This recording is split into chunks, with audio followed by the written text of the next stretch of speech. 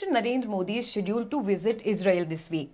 This visit is coming at a time when geopolitical situation in West Asia is highly volatile and India is going through various diplomatic conundrums. This is the latest episode of Seema Says, where the wise editor Seema Chishti explains to us what is happening lately. Seema, what impact will Narendra Modi's visit will have on India? Unfortunately, the long shadow of its after influence will be felt much later because we can expect strained ties with Iran and with our other allies in the area and other countries which are very critical, important in West Asia. This will make things quite difficult. The entire geopolitical context, Minal, as you pointed out, for this visit, which serves as the overhang, which serves as the backdrop for this, is actually quite dark. This is coming at a time when we're expecting something terrible to happen in Iran. President Trump of the United States is going on about how the bombing of Iran or attacks on Iran is very critical. I don't see how it helps to have Prime Minister Modi in the arms of his friend Bibi. Mr. Modi has made the business of friends with Bibi Netanyahu, this very controversial leader of Israel, the Prime Minister, a personal matter. This is also wrong because Bibi is under tremendous scrutiny domestically. The opposition will be boycotting the Knesset, where Mr. Modi is expected to have an address, because of the way Bibi Netanyahu has been behaving with the Supreme Court and has not invited the Supreme Court chief to this session. The opposition won't be there. So why is Modi making this about him and this controversial Prime Minister mired in his own domestic sort of a morass and mess? Then there is this whole thing about Netanyahu trying to drag India into what he calls a hexagonal alliance with Greece, with other Mediterranean states and certain select Arab states, which will play Israel, which will really sing from the Israeli hymn sheet on completely subjugating Palestine and going against Iran. Does it help India to be there? India talks about being the leader of the global south. You have two very prime contenders for that, South Africa and Brazil. They have led from the front in the international court, the criminal court, the other court of justice, other reports, and Bibi is a war criminal. So imagine visuals of Mr. Modi and Bibi hugging each other doesn't help India's case as somebody wanting to lead the global south. We are a respected South Asian, the father of the non-aligned movement, if you like, and the most populous country in the world. So why would we do that? And then, of course, an agreement has been signed on defense and other things. The Intelligence Bureau's budget for this year has seen a huge spike. We don't know what that's for. Last time, which was the first time an Indian Prime Minister visited Israel, when Mr. Modi was there in 2017, the purchase of Pegasus, which is cyber warfare, that kind of high-grade quality spyware was bought and very controversially deployed in India against Indian citizens too, which have been extensively reported by Forbidden Stories, by The Wire, by Guardian, by a whole lot of other international respected news outlets.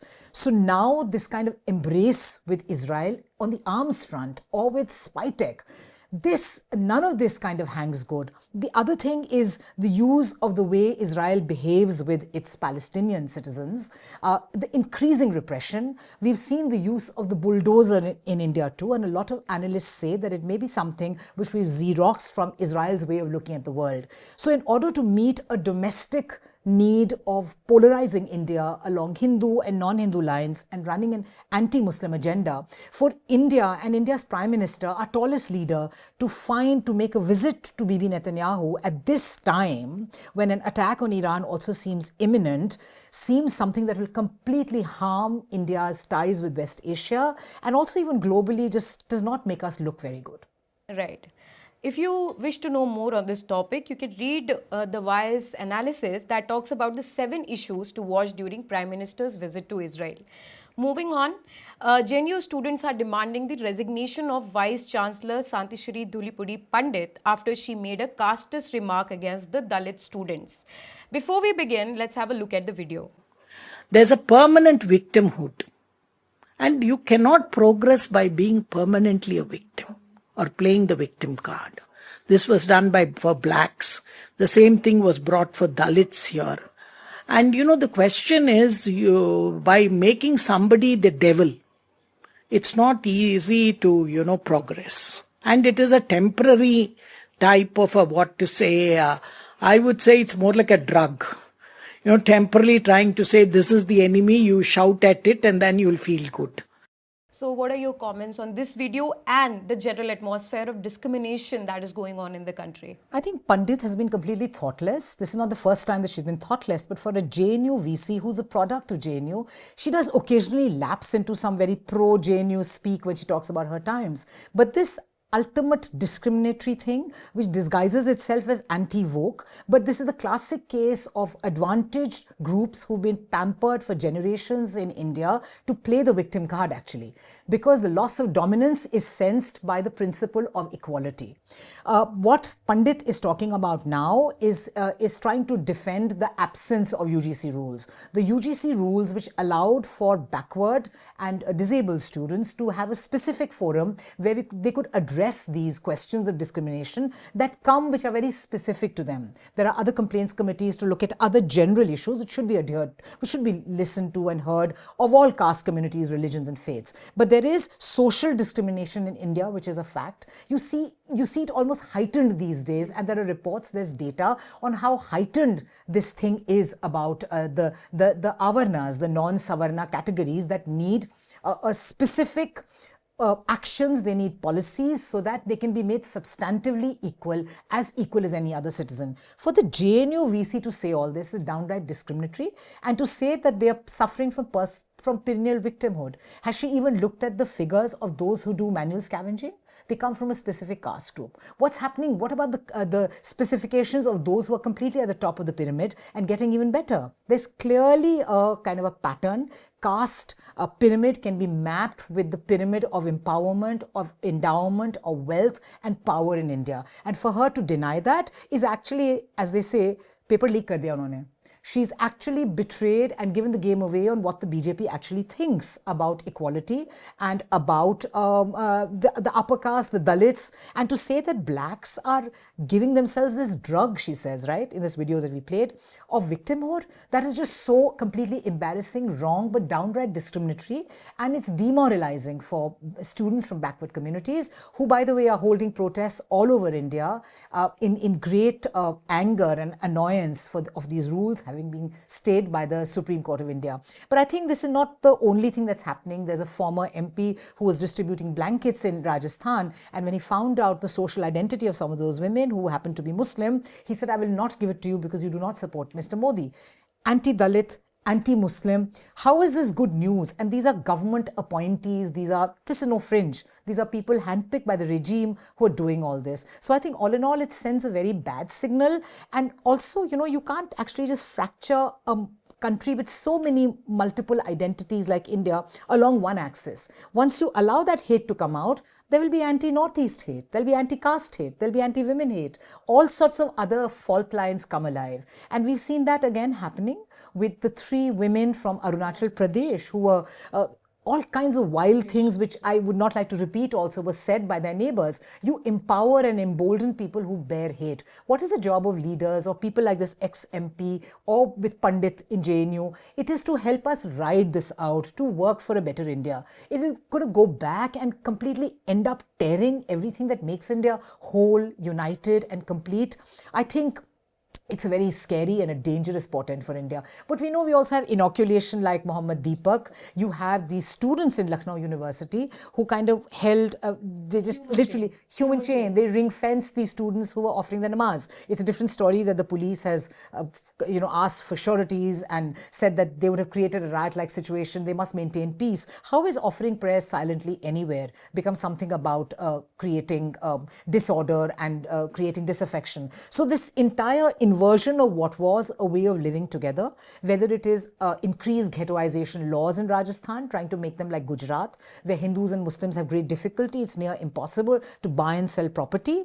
The love jihad laws or these continuous statements are only to try and actually fracture Indian society and make it much more bitter. And the idea may be just moving to a particular ideological agenda and serving your own electoral needs, but the overall impact of all this is not going to be something that will keep India happy, wholesome or healthy.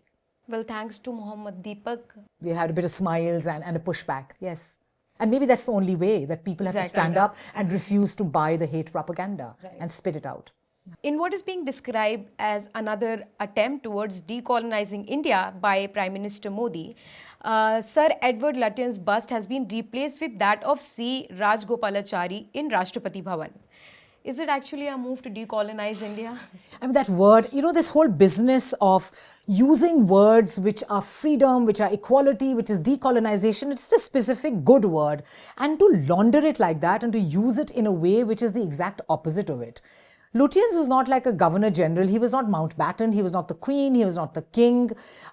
He was an architect. He built things. He built Rashtrapati Bhawan, which his great-grandson on social media described as an amazing blend of Hindu, Buddhist, Muslim, all manner of wonderful architecture. That's a very curious, typical mix of those times and a beautiful image of the time. The President of India, the first citizen of India, lives there. Now, to replace that with C. Rajagopalachari's bust and call it decolonizing is just such a bad move. And this whole business, I think C. Rajagopalachari's great-grandson, who is now in the BJP, said something about him being insulted. Insulted? There are so many Rajaji parks. In fact, Rajaji Park in UP was named till as recently as 1983. He's one of the earliest Bharat Ratnas. He was the last Governor General. He was the Home Minister of India after Sardar Patel dies in 1950 for a short span of time in Nehru's cabinet. So who are we talking about? I mean, this is somebody who also has family ties with Gandhi.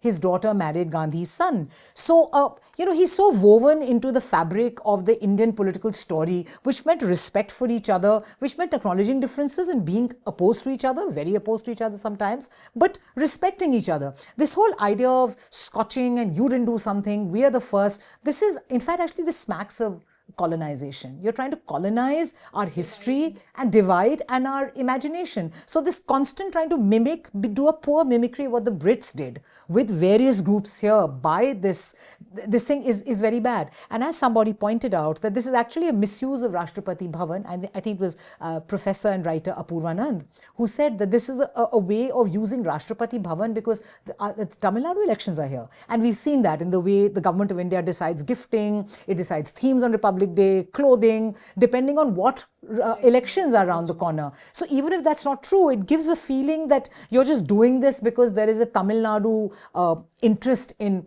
and actually Rajaji, with due respect to him, the founder of the Swatantra Party, is a very polarizing figure in Tamil Nadu. So you're again doing some polarizing there because you want the traditional base, a particular base of certain social groups to be with the BJP. But I mean, how far will you go to push your politics?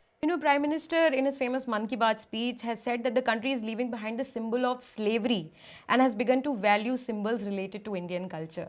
Yeah, we've known that. But as I said, this is just really like taking language away, laundering it and making it in a very Orwellian way, make it mean something completely opposite. So, peace is war and war is peace.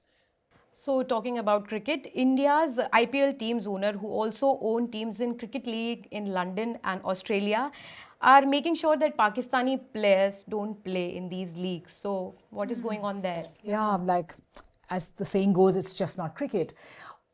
It's been quite well known that a lot of the resistance, I mean, IPL does not include Pakistani players, and this is old, this is not like a Modi thing. This is happening since 2009. But fault lines and those lines of bitterness have just increased over time, and Pakistanis are excluded from the IPL. Then, of course, you had this other scene where India said it will not play the Champions Trophy there. The entire schedule had to be changed. And again, a Bangladeshi player now was thrown out. So there is, after the control of BCCI by Jai Shah, who also happens coincidentally to be the son of the Home Minister, Mr. Amit Shah, earlier also political parties had their imprint on BCCI. But the sole control by the single ruling party of India, whether it is over its finances, over its appointees, or in the way BCCI is run, is singularly it's a huge switch from what used to happen earlier, while there was a connection between politics and BCCI. Now it's only one party politics mirroring itself on BCCI. And after the BCCI chief, the ex-BCCI chief has been elevated to the ICC chief, this politics, this division, this polarization has gone global. So a lot of these IPL owners who are part owners of clubs in the BBL or in the 100, which is the league, the similar league to IPL in England, are trying to make sure that Pakistani players don't play. And this is being seen as divisive and not in the rules of England and in Australia. So the Australian writer and a great cricket journalist, Peter Lalor, has said very clearly that is BJP going to now decide who plays cricket in Australia and England. So we have to take... So in a way, it's a good thing that that's happened, because this kind of division, this politics, is now out in the open and people have understood what's happening. And sport, which is meant to be international, global, it's a way of bridging divides. It's a way of getting people together and playing sport, not doing war, right? That is now out in the open about what the dangers are of allowing India's now very particularly fractious, polarizing moment to gain control over world sport and impose these rules. So I think there's pushback. The Moeen Ali, other sort of Pak origin players have also spoken up. There are about 67 Pakistani players who are up for the auction in the English version of the IPL, and that auction is for about, I think, 900 odd players, and that will be only in March. So we'll see what happens with the Pakistani players. But the ECB, the English Cricket Board, had to put out a statement. The Australians are talking like that. So that again doesn't do very well with Vasudhaiva Kutumbakam or Sabka Saath Sabka Vikas. So this whole bridge that you will project Gandhi globally and otherwise you will divide citizenry, this is finally meeting its moment of reckoning on the global stage. So we can hope that the spirit of the game is protected. Let's begin to the last segment of the show where Seema recommends. See, what are Seema's recommendations this week? I was just thinking about what I'd recommend this time, and I have like 2 podcasts which may be interesting because you asked a question on cricket. There's a very interesting podcast series called the PCCI, and they have what they call Project Milap. Mohammad Isam from Bangladesh, Ahmad Naqvi from Pakistan, and the great and the one and only Sharda Ugra from India are part of that. And they talk about this whole business of cricket, about sport, about stuff that should be off the pitch, that is now invading the pitch, that's coming into it. So sports as part of life is discussed brilliantly in this Project Milap. We'll put it in the show notes. And both Ahmad Naqvi and Mohammad Isam are also really a great match for Sharda as they discuss this. And the second podcast is by these 2 kind of giants of culture and history in Britain, David Olusoga and Sarah Churchwell. They put out, what's it called? I forget the name. Nothing Like Time, or Journey Through Time. And it's a great podcast series that they're doing on the McCarthy age in America, when there was actually a committee set up on un-American activities. Who is un-American? So that, the hosts say, has a great bearing on what's happening now. A witch hunt was organized against anybody who spoke about equality, racial equality, or equality amongst people, or who was even sounded vaguely socialist, saying that they were spies of the Soviet Union and they were out to destroy America. And this also has kind of great resonance in a lot of ways things are happening in India also, about defining a certain kind of politics, a certain way of thinking, eating, drinking as being the only Indian version that's acceptable. So it's a multi-part series, 2 parts are out. Quite brilliant. Your recommendations? My recommendation, so actually there is a footage of a monkey that's going viral on the internet. Our ancestors. It's from Japan. Yeah. So I'll tell you the context, that the monkey has been abandoned by his mother, and he has now, so the zoo has given him a soft toy, and he has created this emotional connect with us with that soft toy.